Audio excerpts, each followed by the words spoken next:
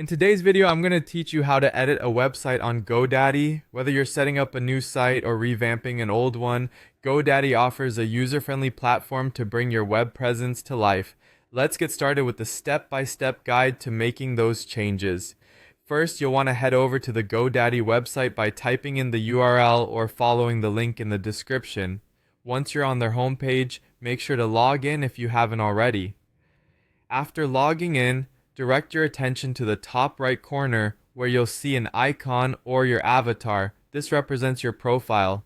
Go ahead and click on that. Now that you're in your profile, you'll see a menu of options. Click on My Products.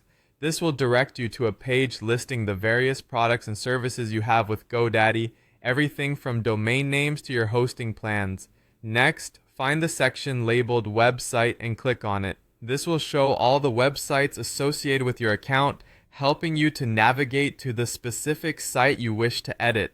Locate the website you wish to modify and click on Edit Website. This button will take you straight to the website editor, an intuitive tool that's designed to make website modifications as smooth as possible. Once you're in the editor, you'll notice a menu on the left-hand side, which allows you to switch between different aspects of your site, such as pages, themes, and settings. For today's tutorial, we're diving into the design aspect, so go ahead and click on Theme. Inside the Theme panel, you'll see several options, one of which is Fonts. By selecting this, you'll be able to customize the typography of your site. Experiment with different font styles to find one that aligns with the look and feel you are going for. Whether it's a modern sans serif or a classical serif, make sure it suits your site's personality. After setting your fonts, you might also want to refine the color palette. To do this, head back to the theme menu and select Color. Here you can browse through a range of color options. Choose a color scheme that not only represents your brand, but also enhances readability and user experience.